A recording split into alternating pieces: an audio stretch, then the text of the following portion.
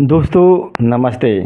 आज का जो टॉपिक का विषय ये कि बिस्तर पर कौन पड़ा रहता है। देखिए, स्वाभाविक सी बात है कि जो रोगी होगा, जो बुखार से पीड़ित होगा, जो पीलिया से पीड़ित होगा, जिसका ऑपरेशन किया गया होगा, वहीं बिस्तर पर पड़ा रहेगा। लेकिन कुछ लोग ऐसे होते हैं, उनके शरीर में रोग नहीं रहता है, फिर भी क्या होता है, वो बिस्तर पर पड़े रहते हैं। ऐसे लोगों के जीवन में कुछ ऐसी घटनाएं घट जाती हैं कि उनका मन जो होता है रोगी बन जाता है। यानी कि उनके मन में रोग उत्पन्न हो जाता है, उनका मन दुखी हो जाता है, पीड़ित हो जाता है, उनका मन घायल हो जाता है। इसीलिए क्या बिस्तर पर पड़े रहते हैं।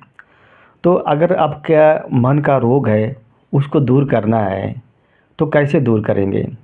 चाहे देखिए, आप जितना बिस्तर पर पड़े रहेंगे, आपके सामने जो भी समस्याएं आएंगी, आप उसको सॉल्व नहीं कर पाएंगे, बल्कि आप उन समस्याओं को और आप क्रिटिकल कर देंगे, जटिल कर देंगे। जैसे मान लीजिए आपके पेरेंट्स इस दुनिया से चले गए हैं और आप बार बार अपने पेरेंट्स के बारे में सोचते हैं और सोच सोच कर क्या है, आप बिस्तर पर लेटे रहते हैं।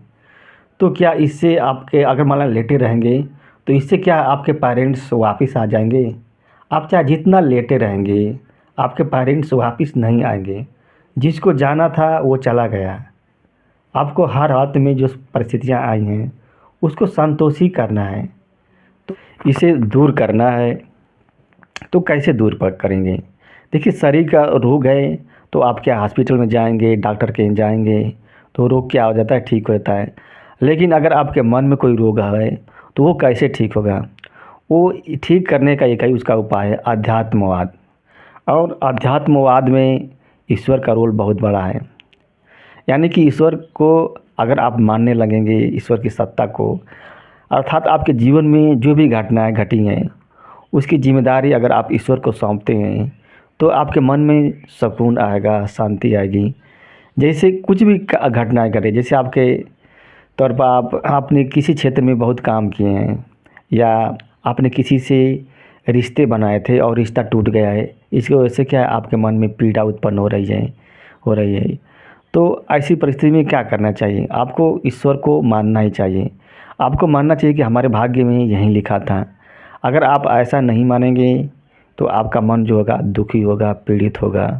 क्योंकि इस संसार का जो निर्माण है वो ईश्वर ने किया है, और इस संसार में जो घटनाएं घट गई हैं, वो भी ईश्वर द्वारा होती हैं। तो आपको कम से कम संतोष तो मिलेगा, ताकि आप बिस्तर से उठ जाएंगे, अगर आप ईश्वर को मानेंगे तो।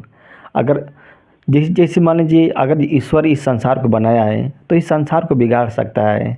अगर आपके ईश्वर की वजह से आपका अस्तित्व इस संसार में है, तो आपके ऊपर ईश्वर का अधिकार है। वो आपके जीवन को कुछ भी कर सकता है, आपके जीवन को तोड़ सकता है, आपके जीवन को बिगाड़ सकता है, आपके जीवन को कमज़ोर कर सकता है। जैसे मान लो आप घर बनाते हैं, तो आपके घर पर आपका पूरा अधिकार हो जाता है। आप चाहे तो घर को क्या कर सकते हैं, तोड़ सकते हैं, घर को बेच सकते हैं। उसी तरह से आपके ऊपर ईश्वर का अधिकार है। अगर आपके जीवन में कुछ घटनाएं घट गई हैं, तो उसको दिल से एक्सेप्ट कीजिए। आपके द्वारा अगर कोई गलत काम हो गया है, या दूसरा कोई व्यक्ति आपके साथ गलत काम कर दिया है, या कोई ऐसी ट्रेजेडी हुई है जिससे आपका जीवन उजड़ गया है, तो इन सभी को आप एक्सेप्ट कीजिए। और जो गलत किया है या आपने गलत किया है, अपने आप को माफ़ कर दीजिए।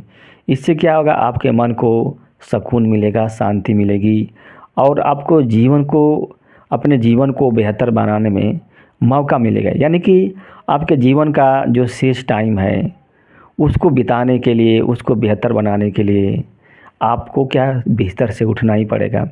अगर आप बिस्तर से नहीं उठेंगे, तो आप अपनी समस्याओं को सॉल्व नहीं कर पाएंगे। आपकी समस्याएं दिन पर दिन और जटिल होती जाएंगी। तो जितना हो सके आप बिस्तर पर उठ जाइए, और अपने दैनिक कार्य है, जो आपका जो भी कार्य है, एकदम उसमें लीन हो जाइए, और धीरे धीरे समस्याएं जो है सॉल्व हो जाएंगी। तो बिस्तर पर उठिए, अपने मन में ऊर्जा का संचार भरिए।